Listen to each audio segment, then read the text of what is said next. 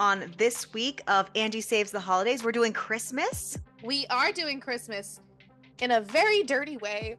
And it was like some magic extra sprinkles on my perfect petty spaghetti. This is the part of the book where it became a one-handed read for Ariel. Holy hell, he's pierced and he's everyone's favorite, right? That put it over the edge. No murderers, Crystal. I got you. Just a tree maze. More shitty parents.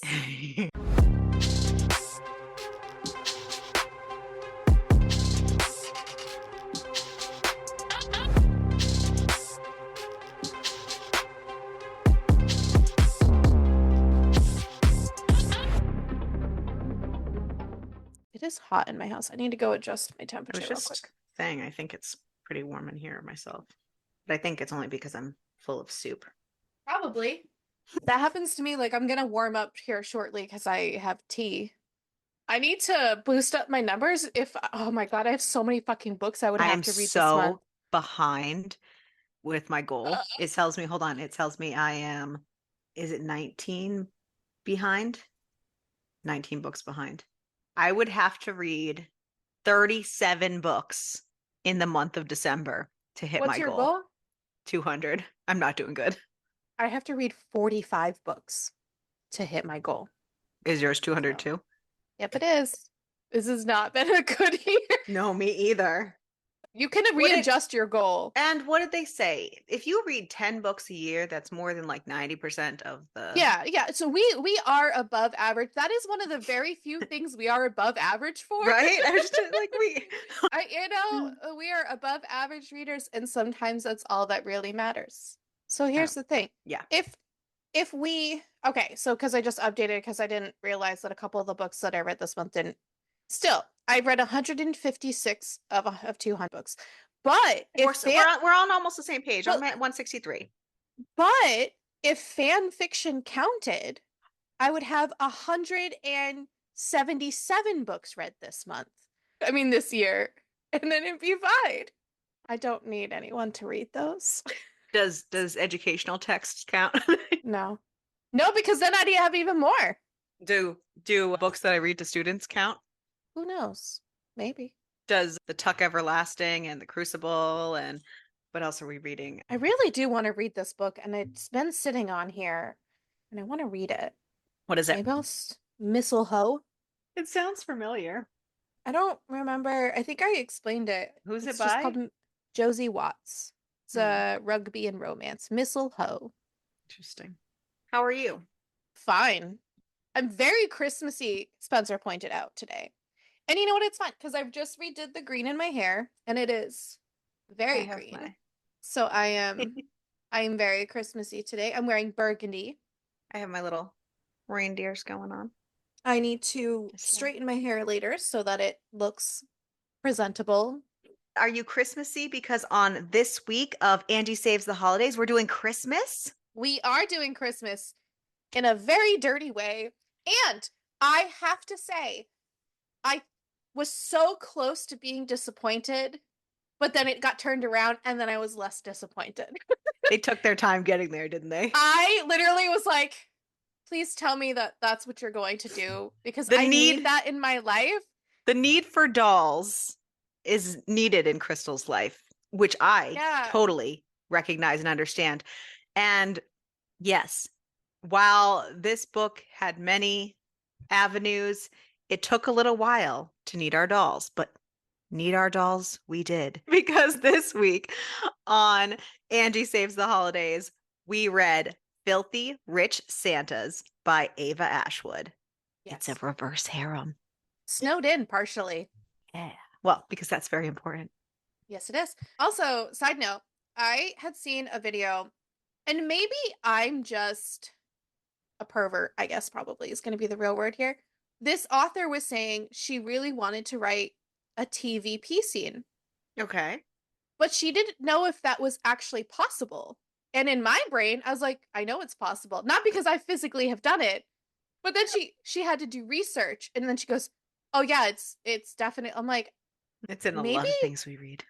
But it was just so funny because I'm like, what is wrong with me that I knew that was actually a thing that could actually physically happen? I mean, if it was wrong with you, it's wrong with me too. So That's true. You're we can be just wrong together. Yay! At least we're not alone. Merry So Christmas! Merry Christmas. Almost. Let's talk about the dedication to this book, shall we? Sure, let's do it. Because I feel like if Crystal's Kindle had not opened on the first page and she had seen the dedication, she might not have been so saddened and disappointed until we got to it. Because the dedication reads, if you're looking for that smutty Christmas romance with the TVP scene in it, I've got good news. You've found it. Yeah, because my book always opens to chapter 1 And every even if time. mine does, I always scroll back. I should Which, do that, but I don't. speaking of a complaint, and I'm going to get it out of the way, but I think Madam Eva was feeling just as spicy as we were about this holiday book that she created for us after having to shelve the last one because we did not get trigger warnings for this book, which is strange Yeah. because normally she does give them. And I'm pretty sure she gave them in her promotions. So I don't What's know our if she trigger was just warnings? feeling very spicy or not, but I am going to, because transparency and your health matters, we are including a trigger warning list because our reverse harem queen, I think, was feeling a little spicy and did not have one written in the book, but we wanted to have one included here. So, going forward, graphic sex, chronic illness, fat shaming, family no contact, BDSM scenes, including but not limited to voyeurism, bondage, DP, DVP, TVP, and many more. Read responsibly and enjoy. And many more. Sorry. I found a bunch of like the different warnings in her posts, but nothing, not a whole list on her Not website like or anything. Right. Okay. Lana, our female main character, is at a BDSM club. She has finally gotten the courage to explore and felt what better place to do it than at Radiance, a club owned by her brother Caleb's 3 best friends. The friends she has always had a crush on. And now, if she happens to see them here in this element and can ogle them, even better. They think of her as nothing but her brother's baby sister, but a girl can look, right? A man is chatting with her in the bar area when Beckett descends, telling the guy Lana is off limits. He brings her to a side office and asks what she's doing there. She says he owns the club. Doesn't he know what people come there for? Beckett tells her that her brother will kill all 3 of them if he finds out. She points out that she's a grown woman. Caleb needs to worry about himself. Worry about yourself. Worry about yourself. You need to worry about yourself. I just that little kid in the back seat. Oh my God. That's all I got. Beckett asks where her boyfriend is. She tells him that she was dumped because chubby girls aren't wife material. He says he's sorry that the piece of shit dumped her, but none of the guys there are good enough for her.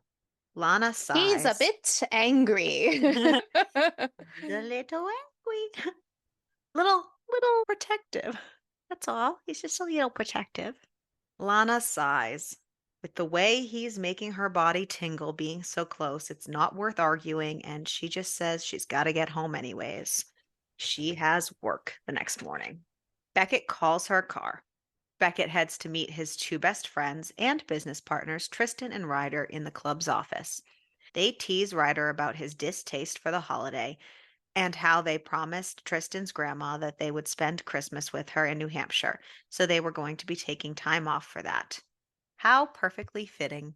I read that. I was like, wait, hold on, what? It was like, but here's it was like some magic extra sprinkles on my perfect petty spaghetti. I was like, Ava, did you make this for us? Because last year we dedicated that month to you. Is this for us? Is this a little ode? Ava doesn't know we exist, my love. I know, but I can dream. We can dream. Also, you know what? This more than makes up for the fact that it does not read that someone didn't come from New Hampshire, because the book doesn't really talk about New Hampshire at all. And I'm okay with that. I'm okay too. Did not I would rather them not specify and not fuck it up. Absolutely. Yep. So we're salty about one specific thing in general. We certainly never bring things up multiple times. We We are totally know definitely, how to let things go. we are literally the least petty people on the entire planet. Like I We said, did these not were dedicate an entire month. perfect sprinkles on my petty spaghetti. We're never getting through this. We are never, ever getting through this book. Beckett is having a hard time regarding this Yeah, he whole is. taking time Sorry. off thing, but they have a good staff and they plan to use this time to see how things run as a trial to be able to open another location. Beckett tells them about Lana showing up. The other two are just as displeased as Beckett as he gives them the play by play. They make a plan to check in with her and make sure that she's okay. The next day, Lana is at work.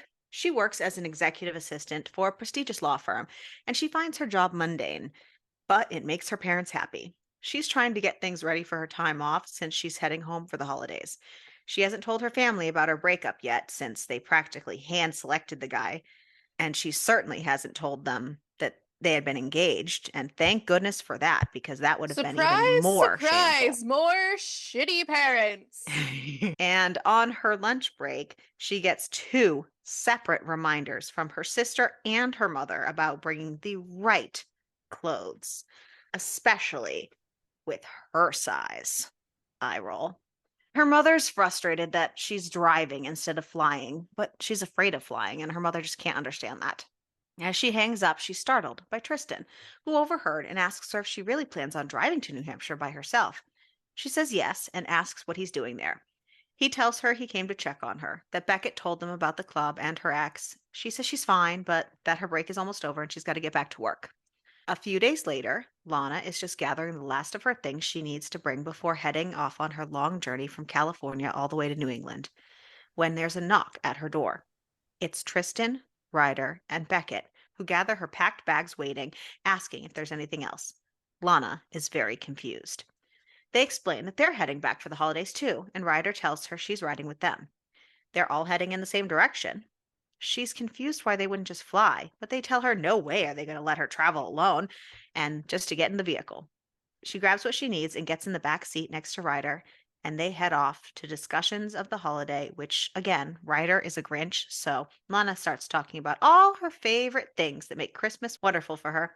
She may have gone a tad overboard when explaining how basically orgasmic her mom's sweet potato casserole is, which leaves the men awkwardly silent with her moaning over the side dish. They haven't even made it out of California yet, but Beckett needs to pull into the next stop for some air. Why do you need air, Beckett? Why do you need air? They get snacks and pile back in, this time Tristan taking the wheel and Beckett getting into the back. It's clear from the point of views thus far that all three of them have had a thing for Lana separately since forever, but all of them not willing to risk their friendship with Caleb, so have told no one, not even each other. So they don't even know that the others have a thing too. As they drive, they talk about Radiance. Lana asks how the club came to be, why they started it. All three were at a crossroads at the right time, and one night while drinking, they all discovered that they have certain kinks and came up with the idea for Radiance, and they are more than happy with how things turned out. The conversation is interrupted by a call from Lana's mother. More reminders and nitpicking, but Beckett hands Lana a pen so she can sketch on a napkin to relieve stress while on the call. Lana has always been called to drawing and art, but her family has discouraged it at all times as it's not a real hobby, never mind a profession.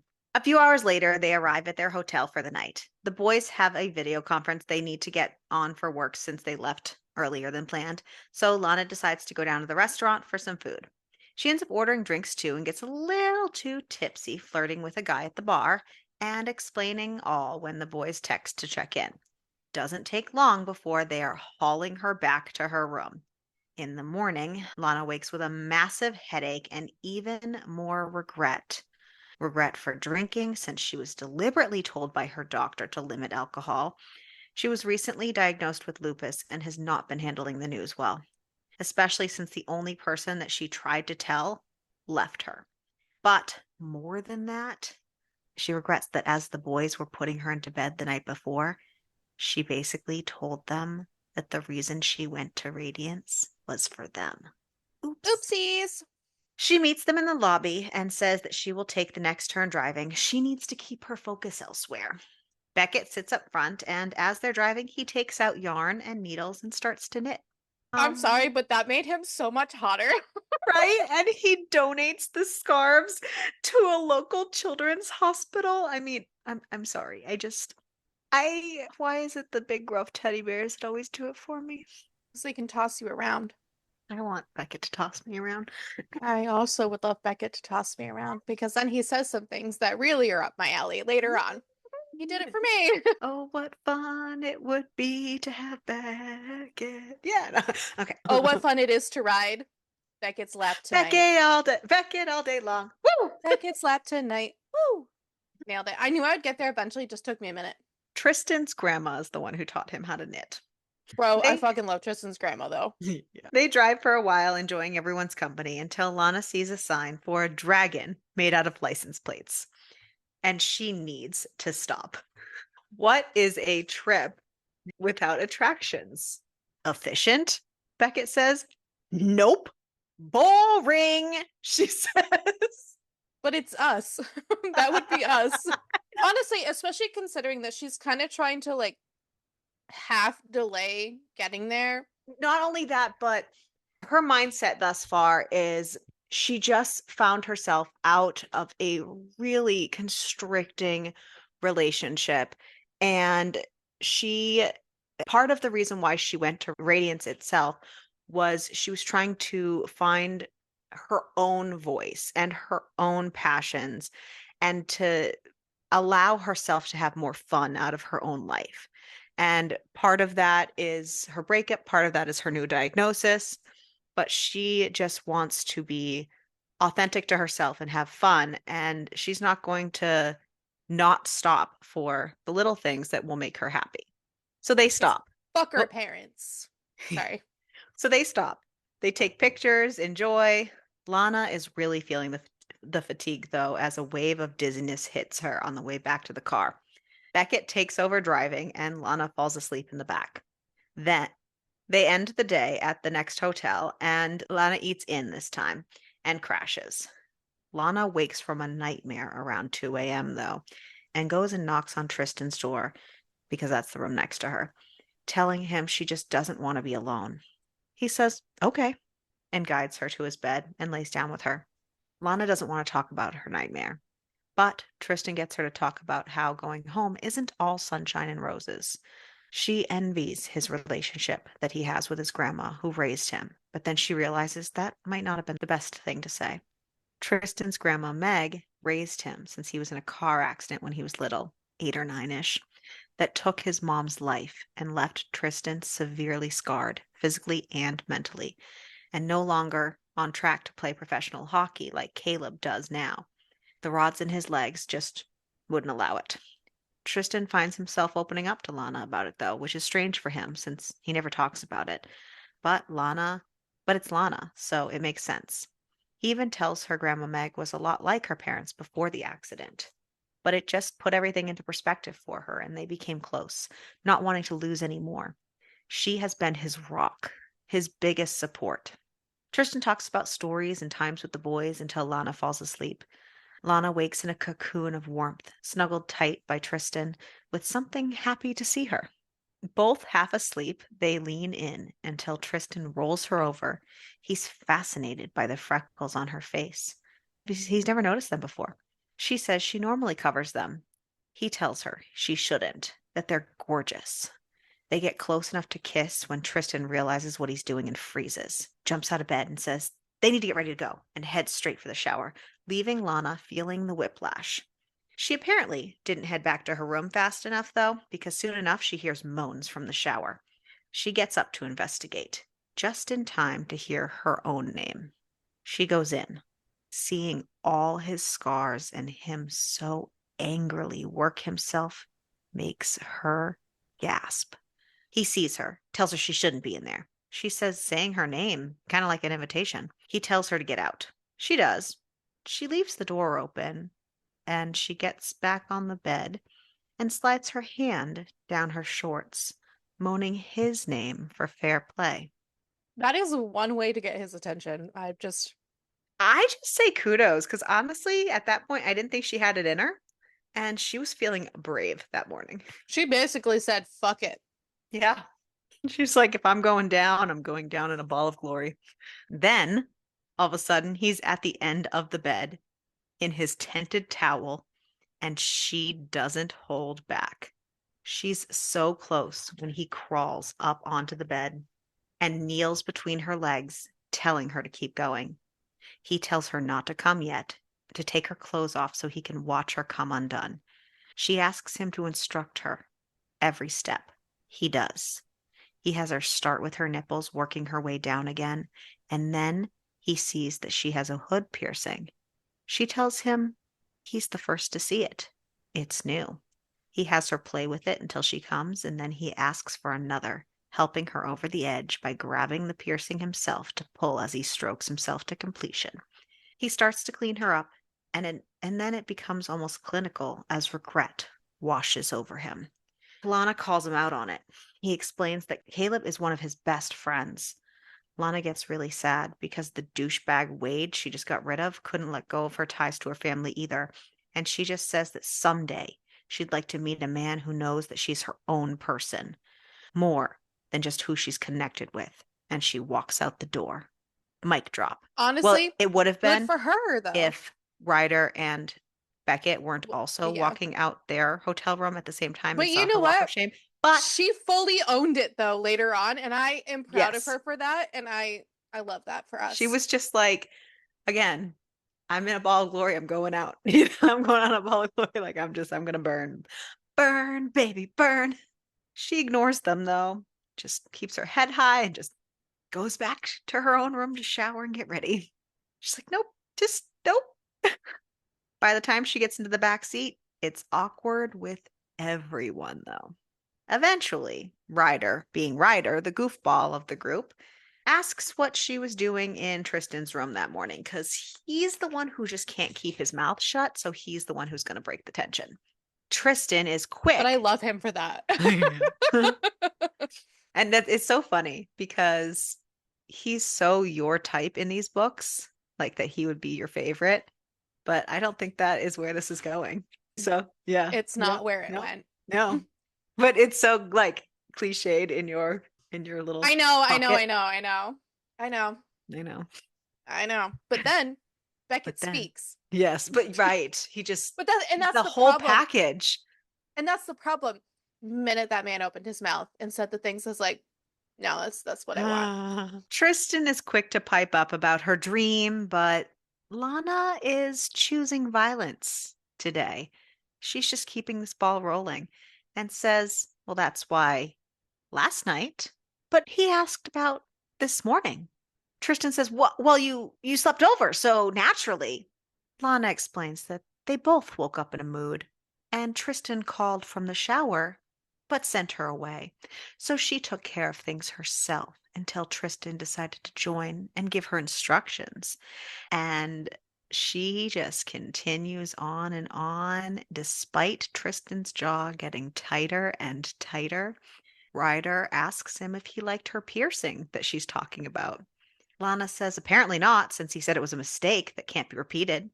The entire car stops breathing until Ryder makes a joke about her skin flushing, and then she takes out her phone to plan the next attraction stop along the way. Later on, as she's absently sketching in a sketchbook, Ryder is in awe of her talent and doesn't understand why she isn't doing it full time. She just says something vague about adult responsibilities, but they get talking about her favorite artists, and at some point she offers to teach Ryder how to draw, which makes the boys in the front laugh about that being a lost cause. Ryder also teases her that if she had gone one more door down the night before, that she could have been comforted by two men instead of one. She does not mind that idea Doesn't one hate bit. Nope. it. Saying instead how it is winter and she does get cold. You know, I do like that she is not a weak ass bitch. Oh, absolutely. I almost thought that's where it was going in the I beginning, did but too, I'm and I was so very glad. concerned. Yeah, but And I'm I so am glad that. girl same, because then I would have But been like, I will bruh. tell you, so like normally Ava does not write standalones. That's not just her norm. She normally writes trilogies. Yeah. But Her trilogies tend to feature strong female women that can handle their own. They don't need a man, but the men surrounding her have her back entirely. I like that.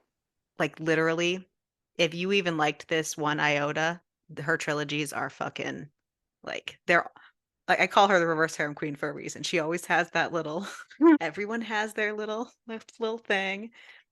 Moving on. Anywho, thinking about the cold prompts her to look at the snow outside that's falling down, which is rapidly coming down worse than before. Beckett says they better get off the road and be safe.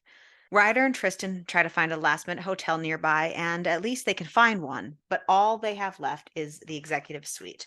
They head for it. It's a large suite with a living room and a kitchen, but only one bedroom with one bed. Oh no, only one bed. Whatever should we do? I know that's the only hard part about having her do a standalone when she's so used to doing trilogies. I feel like she just like plopped so many things into this. But Yeah. I was not mad. It was a No, holiday no. special for me. It was not mad, but I like all these things. So Lana sees the storm raging out the window, but they are warm and inside, and she tells them it's like being in a snow globe.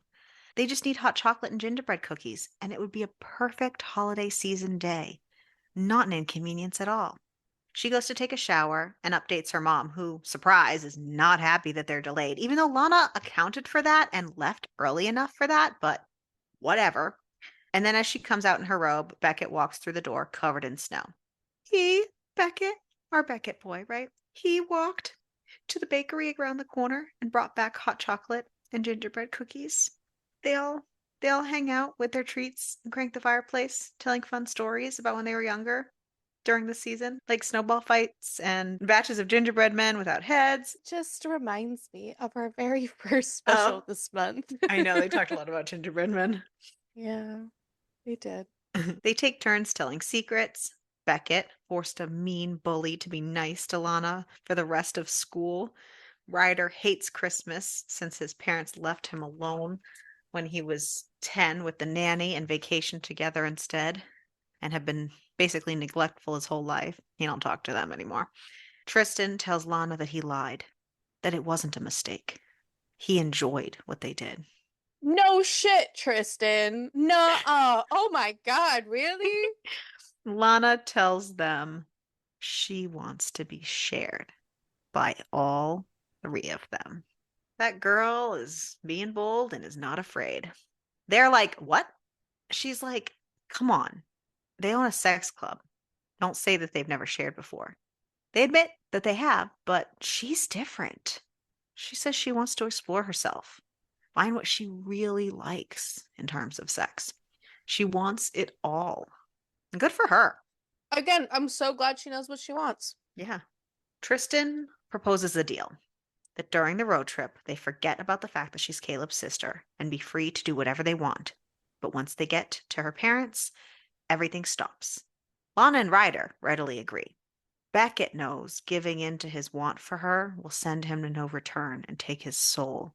He hesitates because this is big for him. He can't let himself go over that edge. But after a moment, he gives in to everyone, only as long as she will use stoplight safe words the entire time. She says she's green. Tristan tells her to come to him, and he pulls her onto his lap. He says they need to show the others what they missed that morning, and he pulls her robe that she had on from the shower open. He rubs his fingers all over her and then tells her she needs to be vocal about what she likes and what she doesn't. He pinches her nipple hard. She says she likes that. Tristan fingers her. She says she likes that too. I think she would like it if they just went and blew on her and then I she know. like she likes she likes them. Yeah. She says she likes that they're all watching. That's turning her on. He stops and tells her to do it then. Put on a show. She does, and just as she's on the edge, Beckett tells her to stop. Once she's waited long enough, he lets her resume. They make her go until she comes once for each of them. She says she's still green when asked, so they ask what she wants next. She says she wants to blow them. All of them. She does, saving Beckett for last, and holy hell, he's pierced and he's everyone's favorite, right? Like, just checking. He's got a Jacob's ladder, guys. I knew thus far that he was here for me, but like, he's pierced. That put it over the edge. I just, and of course he is.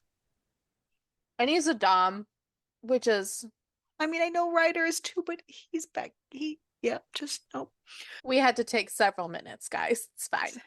This is the part of the book where it became a one-handed read for Ariel. Sorry, too out of pocket. So sorry. And I'll see myself out, folks.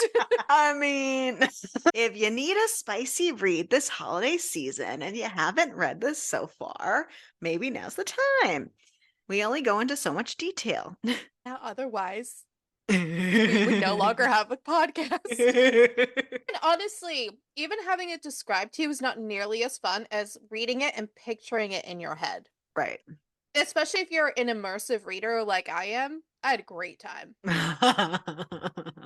And later on, we'll incorporate dolls for you.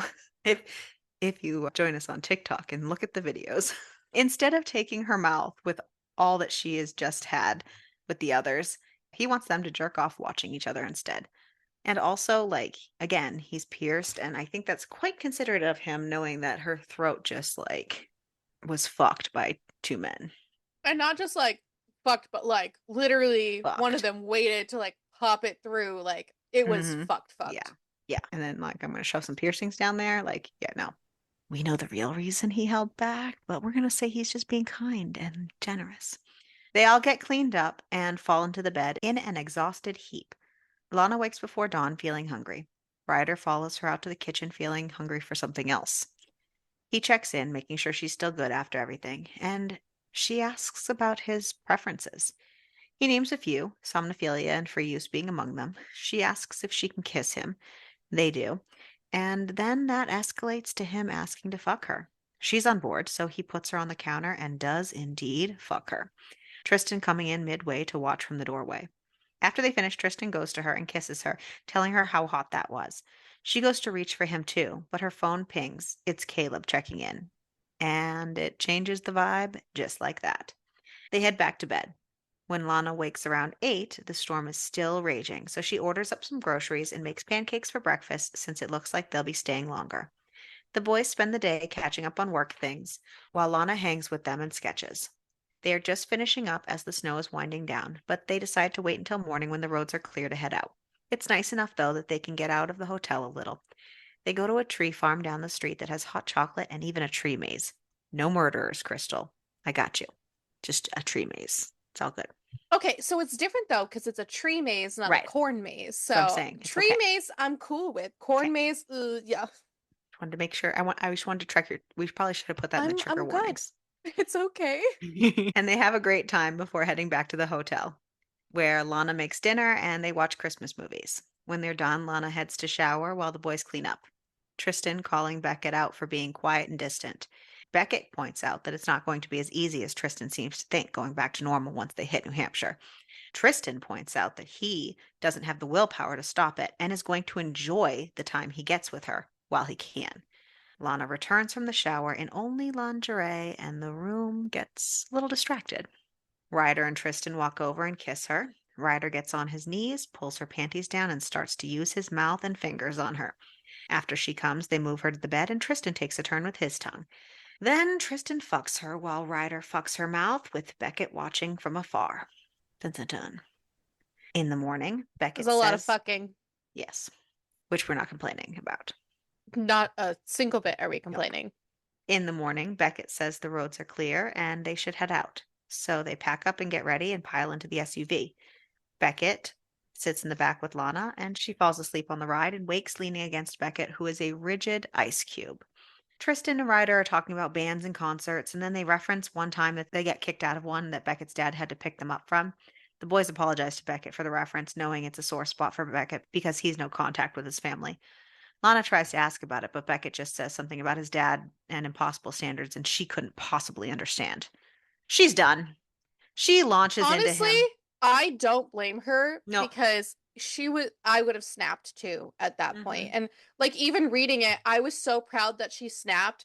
And then Beckett was like, Yeah, she's not afraid to stand up for herself, which I'm so glad because I wish she had been like that her whole life. I'm glad that she got that now, I can understand but why, like growing oh, up, because absolutely.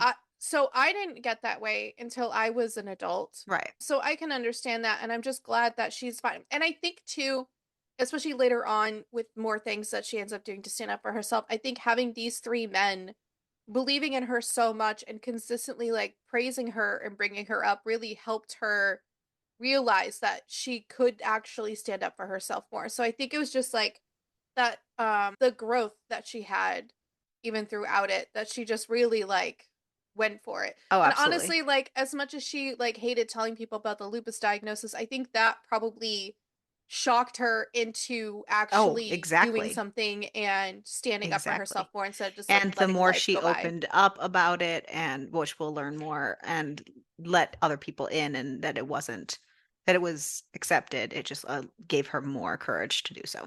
Do Yeah, so. it just reminded me of like when we were younger and your mom used to think that I was such a horrible influence on you because you Look at us started now, baby. Look at us well, now. and you because you started getting mouthier and started like being like, oh, but no, I don't like that because you used to be so like docile and be like, okay, whatever you want. Like, and she used to think Well, that I was because, well, just from your dad's house. Like, and I think she wanted that from you, but she wasn't used to it. And I don't she think she did realized it was because a good thing when for you until like you grew into it. and I mean, like, obviously I don't have the same relationship with my parents that she does, but No. like you learn to just say, okay, yes. Yeah. So then you get a best friend who makes you really mouthy. You Who get is like, fuck that, fuck the world. and We definitely did not have a collection of signs. allegedly these are Allegedly. very difficult things to take. Yes, yeah. Allegedly. Allegedly, we could have had worse hobbies. Honestly, yeah, we could have. We could have been cocaine addicts. We could have. It could have been drugs. We were not. It could have been drugs. I think that's the answer for everything. It could have been drugs. Anywho, Continue. Lana launches into him about how her entire family puts impossible standards on her. And while she may not know his specifics, he can't claim ownership of the crappy parents club and not think others might get it. Tristan says there's a rest stop coming up if anyone needs it, and Lana says, please. Beckett tries to talk to her as she heads for the bathroom, but she just needs a minute and tries to go in, but she's all riled up, and then her world goes black. Beckett runs to her, finding her pulse weak, and calls an ambulance. They bring her to the hospital, Tristan and Ryder following in the car. The men are ushered to a waiting room until a doctor comes to update them, saying Lana is awake and that they can see her. She was too dehydrated. They go to her room, and she says they can stay while the doctor checks in. The doctor goes over Lana's recent lupus diagnosis and how it's a must that she makes the required lifestyle changes so that things like this don't keep happening to her. When the doctor leaves, Lana looks at the trio and begs them not to be mad. That she hasn't told people yet. They ask why. She says it's hard enough trying to meet everyone's expectations without this big thing that will make her very imperfect. Beckett tells her that she already is perfect. When the hospital discharges her, Beckett says they're finding somewhere to stay that night. No more driving today. Beckett wraps the scarf he had been making along the trip around her neck as they head to the hotel. It's so soft and matches her perfectly.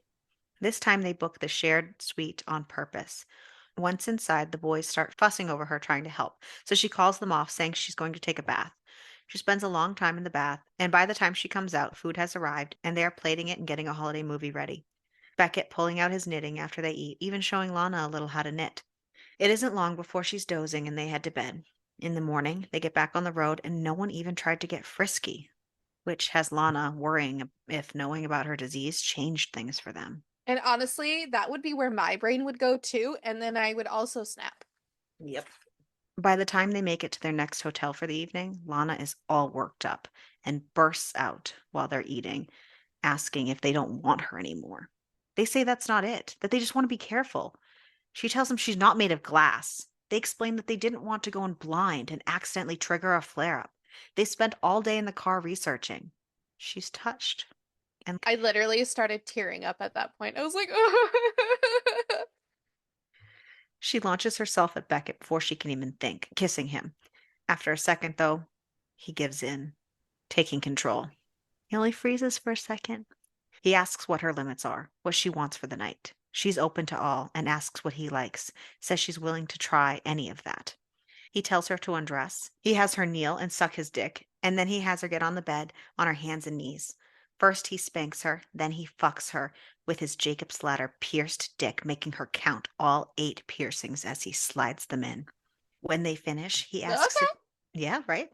When they finish, he asks if she wants more, that he wants to watch Tristan and Ryder take a turn. She says yes. Ryder pulls Lana on top of him and has her ride him for his turn.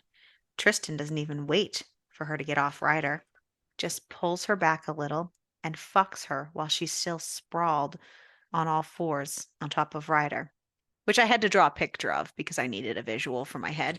So, just in case anyone else needs that, Ryder here was laying on the bed and Lana was having a grand old time.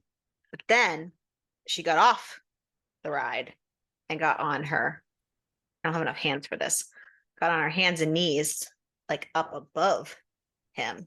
These are not as posable as I need them to be. I think this doll's backwards. Oopsie. That would explain why the knees are not going the right way. Anyhow, she's on her hands and knees above. And then Tristan comes on his knees and is like over here. And he's like, oh, wow. Ryder's just laying under everybody, just watching the show and having a good time.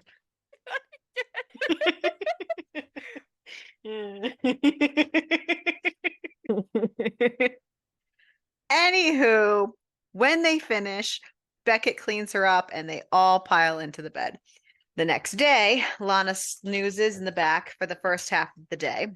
The guys found the perfect attraction spot to stop while she slept, and when they pulled into a special winter installation of her favorite artist, Lana's jaw drops. They spend hours at the exhibit and then decide to explore the rest of the town. The men take Lana clothes shopping, not just what her parents would expect, but what Lana likes and looks good in. They even end their evening with a sleigh ride around the town before heading to their hotel. Beckett telling Ryder to take the long way as he pulls Lana onto his lap in the back seat, stripping her from the waist down to have her ride him. Her phone rings, though, interrupting them. It's Wade, her ex. Odd. She tells Beckett to ignore it. He says no. Answer it in his daddy Don voice. So she complies as Beckett pinches her nipples. Wade says that he's returning her call. She's like, she didn't call him. He says she didn't even disconnect the call properly when it went to voicemail as he heard her talking to people. Today? She asks. Yes, today, he says, annoyed. But then he goes on and says that hearing her laugh on the voicemail made him miss her and think that maybe they should rethink the separation. Beckett has been full speed ahead, and Lana has no idea what Wade is babbling about. She tells him that she has to go and hangs up as she comes. Honestly, hilarious. Yeah. Once the fog clears, she relays the conversation, then she blocks Wade's number. In the morning, Lana accidentally oversleeps, but the men assure her that it's okay, that she needs to listen to her body when it needs rest. They give her an early present, a butt plug. They ask her to wear it for the day, helping her to insert it, getting her all worked up and telling her she has to wait, making the day torture, making sure to keep her on edge the whole ride. They get to their destination early, and they tell Lana that they want to take her to a club that a friend of theirs owns while they're in the area. They go to the club, and the men surround her, leading her through the open area and plenty of fun, telling her that they want to play in private. They get to the private room stocked with toys. Ryder starts to kiss her, and then she's blindfolded. They try out nipple clamps and a flogger. They bring her right over the edge as they warn her not to. Beckett says he's going to have to fuck her as punishment, with the plug still in. Oh no, Beckett, please don't. Please don't do that. That would be horrible. I've been a naughty girl, Beckett. I think that you should punish me. He does, in fact, punish her, and then he pulls her on top as Ryder takes the plug out and replaces it with himself. And they go to town, having a little Lana I sandwich. mean, And then Tristan says it's his turn. Tristan gets his supplies and then binds Lana like a Christmas present to the bench and then fucks her. They even, with her permission, open the secret window, allowing the club to see in as he fucks the shit out of her. And the rest of the boys use their fingers to bring her way over the edge. When done, they close the window, clean up, and wrap Lana up in blankets and hang in the room cuddling and rehydration. Aftercare, people, it's important. it really, really is though. And so I'm glad how much they also let her know how important it really is. Well, and that has been part of this journey. And she has been upfront and honest that she is new to all of this and she wants them to basically teach her. So it's like a BDSM awakening teaching vibe. Lana wakes the next morning to her phone ringing. It's her mom again. Why isn't she there yet? She says that they're almost there. One more day of driving, which makes her sad and not want to part with her road trip. It's a little all too real that it's coming to an end. They pile into the car for the inevitable, with the boys being over the top, trying to bring the mood up, singing holiday songs, telling stories, a very different vibe than the playful, sexy ride the day before. Very forced, but no one wants to wallow. 30 minutes from her parents, Lana can't breathe. She's panicking and asks Ryder to pull over, needing air. They are obviously concerned. She says she's okay, she just needs a minute. This trip has been so special to her. She just wants to thank them. And before she can word vomit anymore, she gets them all back in the car. Soon enough, they arrive.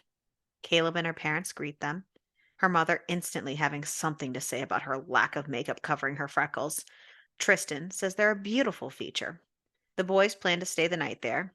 Vivian, her sister, and her nephew Oliver there too. Oliver, who has an instant odd attraction to Beckett. The guys head off with Caleb, while Lana's mother whisks Lana and Vivian away to help in the kitchen where they work on cookies, and Lana learns that there will be no sweet potato casserole this year. When they all sit down to dinner, it's there though, sitting by her plate. Ryder overheard and went to the store to get one for her. The next day, Lana's mom has her up super early to help with party preparation. It's not long before she's exhausted. They are interrupted by Tristan, who asks to borrow Lana because his grandmother was hoping for a visit while she was in town. Because his grandmother was hoping for a visit after learning that Lana was in town. Even though Lana's mother was just berating her for not coming earlier since they have so much work to do, she can't not keep up appearances, so of course she says yes. All four guys, Caleb too, and Lana pile into the SUV, but have to make a pit stop for ugly sweaters, a Grandma Meg requirement of the season. Grandma Meg is very happy to see everyone. They enjoy their visit, Grandma Meg pulling Tristan aside to talk about Lana, how she's never seen him look at anyone the way he does Lana, and to cut with the excuses that Caleb is Lana's brother, not her keeper. After they clean up and head back to Lana's parents, Tristan goes to Lana's room to talk. He tells her he can't pretend it's over anymore because it's not for him. She asks, but how will it work? He says they'll figure it out. He's not wanting to give it up, that he wants more with her. She says she does too. Then the door opens and Ryder and Beckett come in and see the scene. Beckett says that unless he's way off base, they're all there for the same reason. Beckett says he's not ready to give her up. Ryder says same. She says she wants that too. And then Beckett kisses her as Ryder kisses her neck and Tristan kisses her shoulder. She asks if they can really share her beyond the sex. They say yes, that they want everything. They disrobe her and tell her that she's got to be quiet. Tristan goes down on her. Then Ryder bends her over and eats her out from behind. Then Beckett puts her on the bed and takes his turn. She goes to reach for them next, but they say no. There's no time. Did she forget? The Christmas Eve party. I kind of did too, honestly. I got swept up in everything. So Yeah. I'm glad the boys were there to keep me in check. Right? Just saying.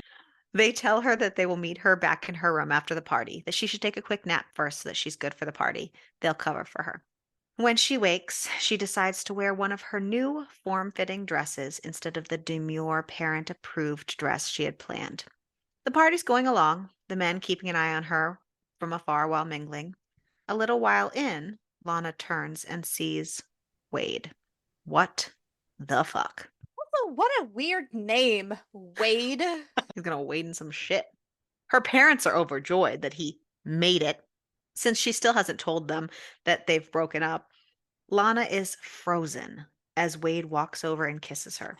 She tries to push him away as he locks her to his side. She's like, "What the fuck are you doing?" He turns to the room and projects, asking for everyone's attention. He tells everyone that he would like to announce that he and Lana are engaged. Her parents are so happy. Lana is like, "What are you doing?" He says he knows that they hit a rough patch, but he's glad to see that she's come out of her slump. He I goes hate to this man. I hate this man. I hate this man. he goes to kiss her again for the cameras, but she jerks away from him and the room falls silent. She tells him that he's full of shit. He says not to make a scene. She says making a scene is announcing an engagement that doesn't exist, that they broke up. The mom pipes in that she's sure it was a misunderstanding. Wade says, of course it is. Lana says that they are over. Wade gets angry and says, you can't be fucking serious, and takes a step towards her. 3 men come out from the crowd to block his path. They tell Wade it's time to go. Wade recognizes their voices from the voicemail and says, that's why you don't want to get back together? You're fucking one of these guys? Ryder snorts and says, one, you need to fix your imagination. Lana's father gives an outraged, Lana! Lana tells Wade to please, just go. Wade makes a crack about how it looks like she's gained weight, wondering if she needs the extra cushion for a gangbang versus a respectable relationship. Beckett fucking punches him. My man. No, he's my man. We can share. It's fine. Okay. He likes sharing. Sharing is caring. If anything we have learned, it is that sharing is caring. Wade tries to fight back, but he gets punched again, and Ryder grabs him and tells him to get out. He doesn't listen, instead launching for Beckett. Tristan and Ryder are trying to steer Wade out the door while also trying to stop Beckett from outright killing him. They get Wade to the door and down the driveway, and Wade finally relents and leaves. The guests also start leaving, the party clearly over, and the men rejoin Lana, forming a protective shield around her. Her parents start in right away because how dare she humiliate them like that? And that Wade was clearly there to forgive her. Lana snaps, saying nothing is ever good enough. Every unhappy choice in her life is made to try to live up to their expectations, and it's never enough. It's suffocating. And she's done that she wants to be with Tristan, Ryder, and Beckett, and that she actually can be herself with them. She tells them of her recent diagnosis and that she's done feeling bad about things she has no control of. The guys remind the parents to think before they speak next as they go to open their mouths, that they spent all these years diminishing Lana's light and making her love feel conditional, that they missed out on how wonderful she actually is, and they will continue to do so if they choose the wrong words. They talk about all the things they love about Lana, but it doesn't seem to be getting through. So they just say, let's go. Beckett gets her a bag and they set off for Grandma Meg's. Along the way, Lana lets go and sobs. The guys apologize to her for outing their relationship, but she tells them no, no need. They were just standing up for her.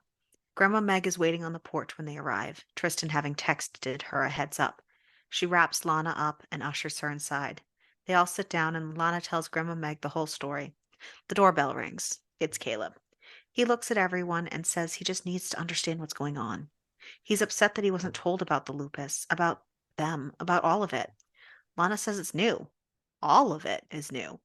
She was still coming to terms with it herself. She says she doesn't want her relationship to affect his friendship, but if it does, it's his choice. She loves him, but she's not giving them up. He says he just needs a minute to wrap his head around it. They all get to talking over cookies. It's not perfect, but they're all trying. And Grandma Meg asks Caleb if he'll come back tomorrow to celebrate Christmas with them.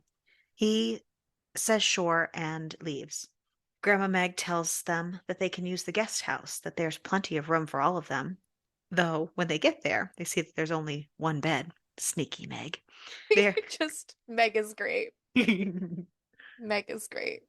a hot ticket. She really is. They're finally alone, so they all strip down, and then they all take turns fucking her, passing her back and forth, not letting her come. And then Tristan and Ryden DVP her, and then she asks for Beckett too. They stop to work out the logistics, and then she gets on top of Ryder, laying her back to his front. Tristan gets lube and then comes to the bottom of them and joins. Then Beckett climbs over the top and straddles Lana, wedging himself in front of Tristan and pushes his lubed self in as well. They fuck her. And honestly, I think that they should have started with Beckett because of those piercings. But that's my own personal opinion, because that was probably a lot. But, they had Ryder over here on the edge of the bed, like this, on the edge of the bed. And then they had her with her. That wasn't her. They had her with her back on Ryder, like this, and with her legs open. Legs wide open. And then Tristan was I'm so sorry, that's funny. Tristan is like, bam, at the edge of the bed. And then Beckett is like, right here. And they're all like, yeah, cowboy. Like that. Okay. Well. Just in case anyone needed a visual. Yeah. That's how that worked. They clean her up and feed and hydrate her. As they lay together, she tells them that she loves them, that it may be too soon, but she does. I mean, she's known them almost her whole life, and she's cared about them forever. They tell her that they love her back, and they're all just mushy and in love. In the morning, they wake to a winter wonderland and walk through the snowscape to get to the main house, having a snowball fight along the way. They go in and have a lovely breakfast with Grandma Meg. After breakfast, Caleb arrives, surprising Lana, who didn't take the time to hope that he would actually leave her parents' house and choose to spend the holidays with them. They hug. Caleb tells her how proud he is of her standing up to their parents, that he wished he knew how bad it was, that he would have had her back. Beckett says that they have always had her back. Caleb says that he sees that, and not to fuck it up. It isn't long before the doorbell rings again. It's Lana's sister, Vivian, and her son, Oliver, who is chomping at the bit to see Beckett. Vivian asks Lana if they can talk. They go down the hall, and Vivian tells her she's leaving her cheating husband, that Lana's bravery with their parents made her realize she had to start living for her too, not perfection. She apologizes for her own role in making Lana feel pressure, that she didn't realize the effect her own pressure was putting on others. They hug. Meg asks Vivian and Oliver to stay and join them. They unwrap presents, and part of what Oliver wouldn't stop talking Beckett's ear off about was this like super fancy, crazy Lego set, and that he wanted to ask Santa for, but his parents are trying to beat perfection into him too. And so he certainly didn't get this Lego set, but Beckett got it for him. I also started tearing up a little bit at that point. Sob, just sob, sob. And Lana, the men each these gingerbread man ornaments that look like them and that remind her of them. And the guys bought Lana a freaking art studio. They decided, because they were originally, like we said in the beginning, they were originally planning on opening a new location for their club, but that would mean that they'd have to move out of LA. So they decided instead to expand in the area first and instead invest in Lana and her studio. And she's just sobbing, sobbing, sobbing. Then a real sobbing, and it's just. And not only that, but can I just take a moment of appreciation for the fact that she calls them her men instead of boys? Can we also take a moment of appreciation for her brother for coming around so fucking quick? And her sister. Honestly, I kind of saw that coming based on how she was acting. Like, not obviously not in the beginning. Well, actually, we'll save that commentary. Yeah, that's okay. Sorry. No, it's okay. it's the little things, you know? It's those little things like calling them men instead of boys, like real adult books and grown-ups. The next day, they get ready for their trip back. They have to grab the rest of Lana's things at her parents' before they can set off for LA. Cold, and it solidifies Lana's choice with her parents as they collect her belongings. She leaves feeling free with her choices.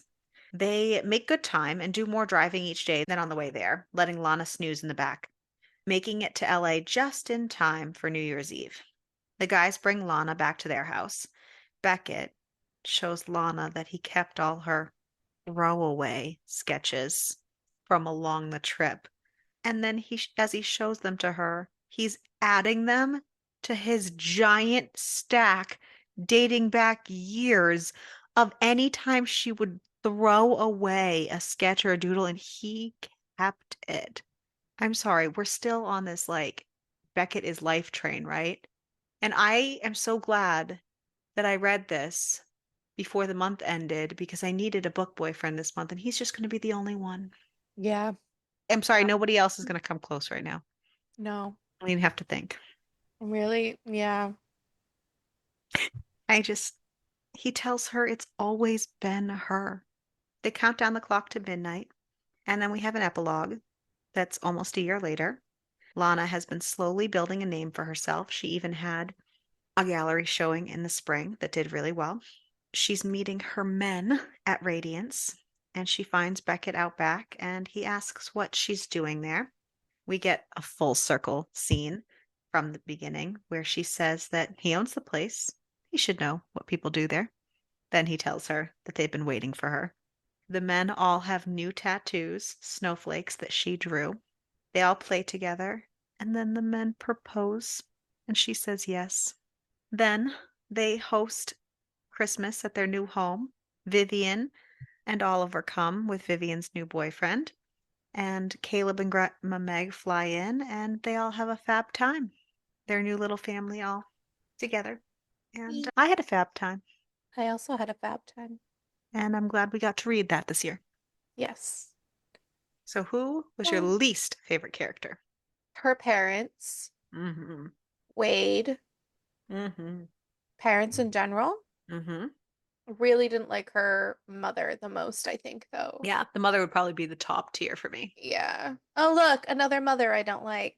On Surprise. brand. Anyone want to make a list of every mother I fucking hated this year? That's We a should have a long shirt that list. says, it's the mother. Just so you know, guys, Surprise, it's the mother. we're just so you know, guys, January is also going to be spent coming up with merch ideas. Anyways, sorry. Well, Favorite character? it's Beckett. I Beckett. don't even know why we had to ask. Beckett. Beckett for days. Beckett for days.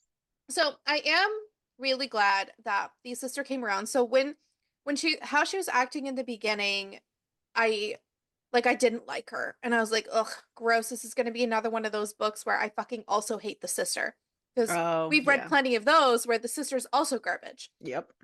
But then, like, when she had the interactions with her actually in person, because the original ones we only got while she was on the phone with her.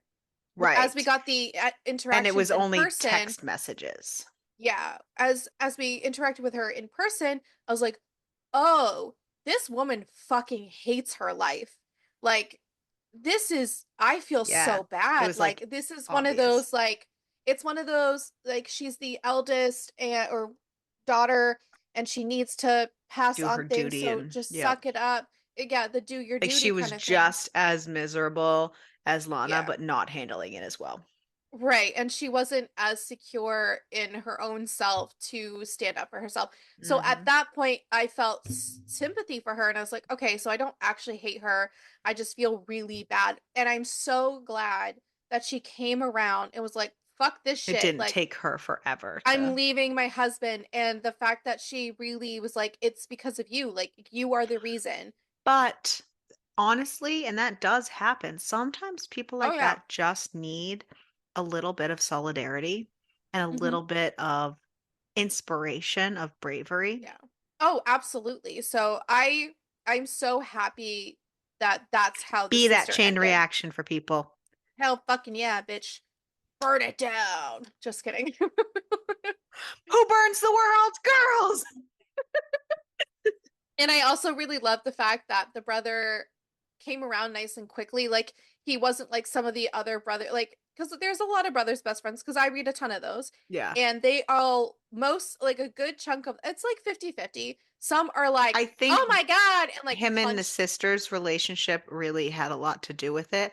And Hmm. seeing the dynamic unfold between her and the parents and the revelations, I think that Yeah. just opened everything up. And then he didn't have the ability to react as strongly to those other things. Yeah, I'm glad that we didn't have a shit ton of just toxic characters.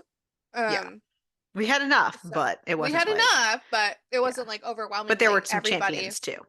Yeah, yeah, yeah. Yeah. A good balance. Hmm. Okay, so We got some snowed in. We got we some got a reverse lot. harem. So Amazon gives us a 4.6 and Goodreads a 4.4. What about you?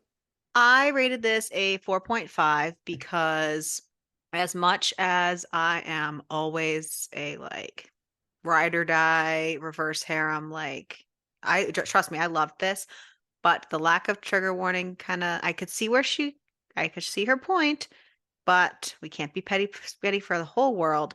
And I did find one error. What was the error? She accidentally put one of the text bubbles on the wrong side. Oh, I think I saw that too, yeah. I also gave it a 4.5. Wow. I Way to end the year together.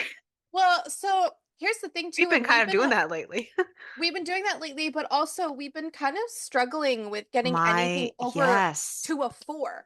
And My so it's whole been, month has been mediocre. And yeah, to read a book that was like well written with characters that grow and have personalities and have like a actual dynamics, and then we had good sex scenes and that actually had things happen, and then because just Beckett and that's the himself. thing, because like we've had Like books, yeah, well, so here's the thing is like we've it's had like a books that refresher. have had books that have had good story, Mhm. but not the sex part.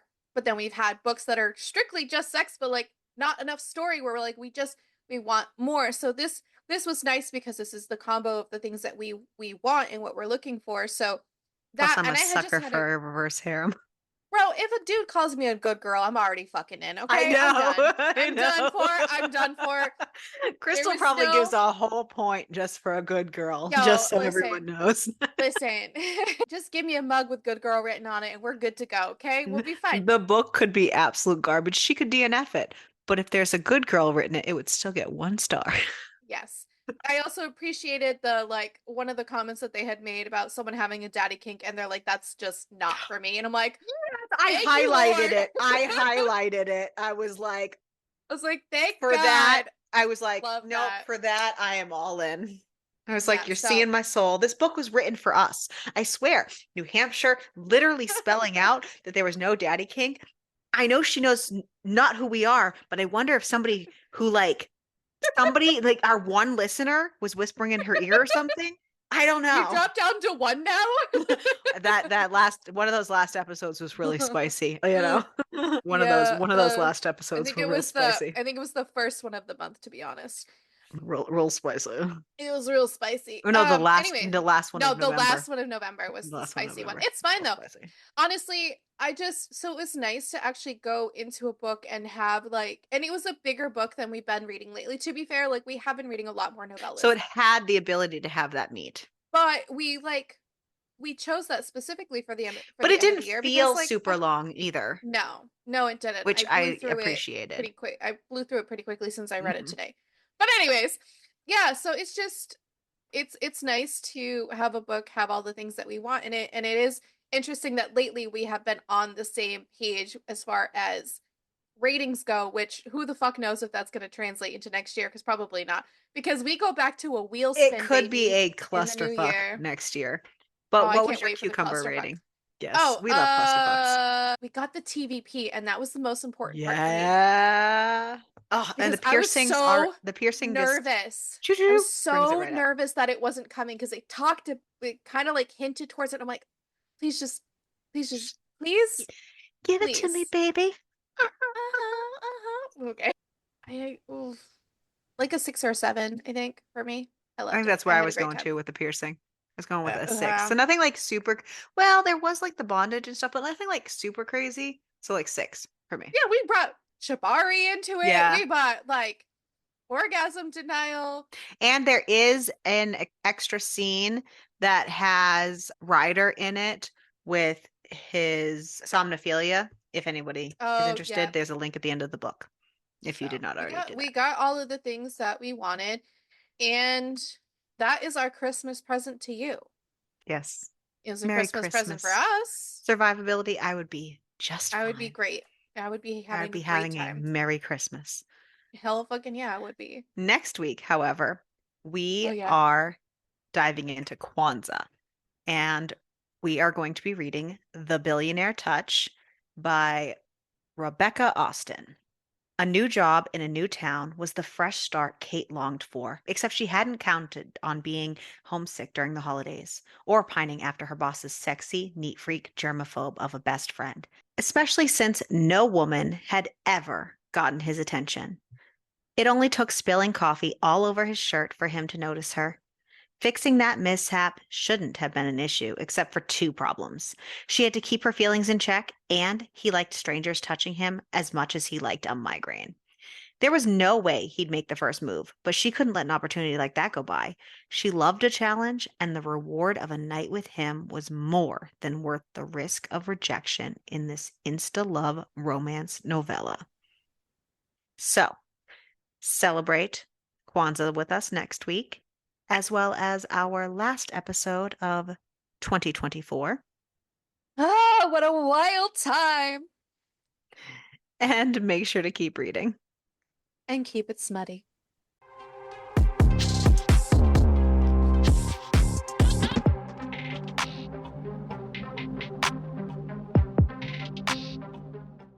Oh, fuck. Oh, fuck.